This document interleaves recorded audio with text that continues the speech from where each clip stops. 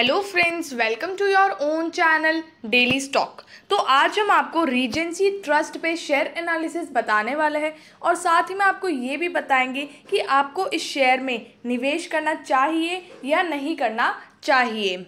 और साथ ही में अगर आपने हमारे चैनल को सब्सक्राइब नहीं किया हो तो आप हमारे चैनल को सब्सक्राइब ज़रूर कर दीजिएगा, साथ ही में हिट द बेल आइकन। तो आज हम आपको बताएंगे कि ये कंपनी काम क्या करती है, उसके कॉम्पिटिटर्स कौन कौन है, शेयर प्राइस चार्ट बताएंगे, शेयर होल्डिंग पैटर्न कंपनी का बताएंगे और क्वार्टरली रिजल्ट का एनालिसिस करेंगे। तो ये सारी चीज़ें हम आपको इस वीडियो में बताने वाले हैं। तो सबसे पहले रीजेंसी ट्रस्ट के बारे में बताते तो ये एंगेज्ड है, जहाँ पर ये ट्रेडिंग करते हैं और कंसल्टेंसी प्रोवाइड करते हैं। ये दो ही काम करते हैं, एक तो ट्रेडिंग और साथ ही में कंसल्टेंसी प्रोवाइड, मतलब वो सर्विस प्रोवाइड करते हैं। अब यहाँ पर मार्केट कैप की बात करेंगे तो 2.73 करोड़ का कंपनी का मार्केट कैप है। तो बहुत ही छोटी एक स्मॉल कैप कंपनी है ये, जिसका आप देखेंगे तो stock price to earning ratio नहीं दिया हुआ है। अगर कोई भी कंपनी पिछले 4 क्वार्टर में, कोई भी क्वार्टर में अगर कंपनी लॉस करती है तो उसका stock price to earning ratio नहीं दिया हुआ होता है। आरओसी और आरओई की भी बात करें तो -65.1% और -65.1%, मतलब अगर कंपनी के ये डायरेक्टली इंडिकेट करते कि कंपनी के जो प्रॉफिट्स है वो प्रॉफिट नहीं है, कंपनी लॉस मेकिंग में है। मतलब ROC, return on capital employed और रिटर्न ऑन इक्विटी डायरेक्टली बताते हैं, मतलब कि अगर कंपनी प्रॉफिट में है, कितना प्रॉफिट में है और कितना रिटर्न दे रही है, मतलब वो प्रॉफिट अर्न करके कितना रिटर्न दे रही है, तो वो यहाँ पर पता चलता है। लेकिन कंपनी यहाँ पर अभी लॉस में है। करंट रेशो डेट अगर हम देखेंगे कंपनी का तो वो 0.06 करोड़ का है। तो अगर आप मार्केट कैप से कंपेयर करते तो 0.18 का, मतलब डेट कंपनी के पास इतना ज़्यादा नहीं है। और जो करंट प्राइस है कंपनी की वो हाल फिलहाल अभी 2.73 रुपीज़ पे है, मतलब फ्राइडे को इतने रुपीज़ पे ये शेयर बंद हुआ था। अब यहाँ पर बात करते हैं फाइनेंशियल ट्रेंड की। जैसे कि 2018 में अगर हम देखेंगे तो कंपनी का जो रेवेन्यू था वो 6 करोड़ 9 लाख का था और उस टाइम कंपनी को 22 लाख का प्रॉफिट हुआ था। 2018 में अगर हम देखें तो कंपनी ने यहाँ पर अच्छा खासा परफॉर्म किया था। बट उसके बाद अगर आप देखेंगे तो 2019 में कंपनी का रेवेन्यू 62 लाख पे आ गया था और उस टाइम कंपनी 72 लाख के लॉस में थी।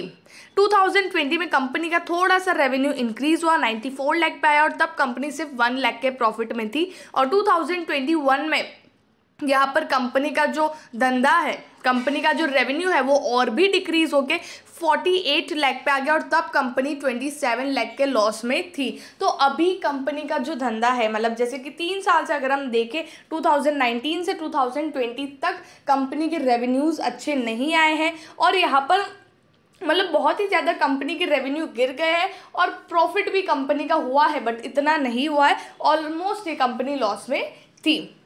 अब यहाँ पर हम क्वार्टरली रिजल्ट देखेंगे कि अभी कंपनी ये इन जैसे कि जून का क्वार्टर, सितंबर का क्वार्टर, तब कंपनी कैसा परफॉर्म कर रही है। तो यहाँ पर अगर हम सेल्स देखेंगे मार्च 2019 का तो 32 लाख का कंपनी का सेल्स था। जून और सितंबर में देखेंगे तो कंपनी का सेल्स बहुत गिर गया। दिसंबर में फिर से 13 लाख का सेल्स किया था कंपनी ने और जून में जब पैंडेमिक का बहुत ज़्यादा प्रॉब्लम था कोरोना का, तब कंपनी ने कुछ भी सेल्स नहीं किया है। लेकिन अब अगर आप देखेंगे तो कंपनी स्टेगनेंट सेल्स कर रही है। 34 लाख का सेल्स किया इन जून 2021, सितंबर में 26 लाख का सेल्स किया और 2021 में दिसंबर 2021 44 लाख का सेल्स किया था। मतलब ओवरऑल अगर हम करें तो 1 करोड़ से तो ऊपर आता है। मतलब अगर ये 3 साल का अगर हम देखें तो इनसे तो कंपनी ज़्यादा ही रेवेन्यू कर रही है। अब यहाँ पर अगर हम ऑपरेटिंग कंपनी के एक्सपेंसेस भी ऑब्वियसली होंगे, वो सब डिडक्ट करके ऑपरेटिंग प्रॉफिट अगर हम देखेंगे तो वो किसी किसी में लॉस में है और कोई कोई कंपनी, मतलब कोई कोई क्वार्टर में लॉस में है और कोई कोई क्वार्टर में सिर्फ 2 लाख का या 5 लाख का कंपनी का प्रॉफिट है। उसके बाद कंपनी के अदर इनकम का भी कोई सोर्स नहीं है।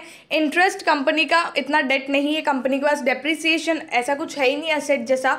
तो यहाँ पर एट द एंड अगर हम नेट प्रॉफिट देखते कंपनी का तो दिसंबर के क्वार्टर में वो लॉस में थी, लाख के लॉस में थी, सितंबर में 1 लाख के प्रॉफिट में, तो और जून में 4 लाख के प्रॉफिट में थी। तो ओवरऑल अगर हम डिडक्ट करके देखें तो ओवरऑल अभी सिर्फ 1 लाख का प्रॉफिट कंपनी ने किया है। तो यहाँ पर कंपनी अब धीरे धीरे रेवेन्यू कर रही है, लेकिन अभी भी कंपनी की प्रॉफिटेबिलिटी अच्छी नहीं हुई है, अभी भी वो वहीं पे है। अब यहाँ पर शेयर होल्डिंग पैटर्न की बात करेंगे तो एक और चीज़ है, यहाँ पर प्रमोटर्स है ही नहीं इस कंपनी में, सिर्फ फॉरेन इन्वेस्टर्स जिन्होंने 4.30% का स्टेक रखा हुआ है और पब्लिक है जिनके पास 95.70% का स्टेक है। तो ये भी एक मतलब एक रिस्की वाली बात है कि यहाँ पर प्रमोटर्स नहीं है, सिर्फ फॉरेन इन्वेस्टर्स और जो पब्लिक है वो ही इस कंपनी का मतलब जो अगर आप कंपनी की मतलब ट्रेडिंग साइड से अगर हम देखें तो सिर्फ वही चला रहे हैं। तो ये भी एक रिस्की चीज़ है।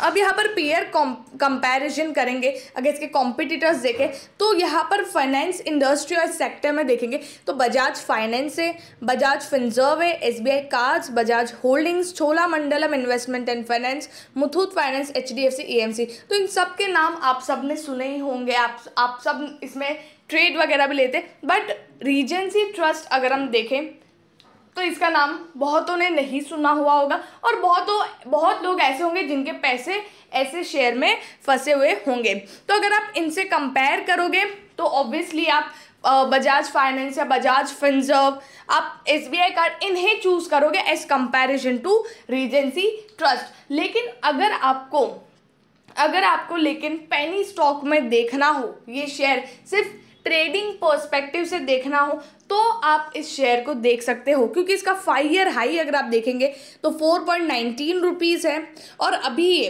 करंटली 2.73 पे क्लोज हुआ था, 0.05 रुपीज़ ये ऊपर था, 1.87% ये फ्राइडे के दिन ऊपर था। तो ये शेयर को आप अपने रडार पे रख सकते हो सिर्फ ट्रेडिंग पर्सपेक्टिव से। अगर आपका जो पर्सपेक्टिव है वो लॉन्ग टर्म लेके है, अच्छे फाइनेंशियल वाली कंपनी में निवेश करने वाला, अगर आपका पर्सपेक्टिव वैसा है तो आप इस शेयर को टोटली अवॉइड करो। लेकिन अगर आपको सिर्फ प्रॉफिट कमाना है तो आप इस शेयर को अपने रडार पर रख के आप इसमें ट्रेडिंग कर सकते हो। आई होप आपको रीजेंसी ट्रस्ट के बारे में सब कुछ समझ में आ गया होगा। अगर आपको वीडियो अच्छा लगा तो please like and share and subscribe our channel, और अगर आपको कोई भी डाउट हो तो आप हमें कमेंट सेक्शन में पूछ सकते हो। Thank you.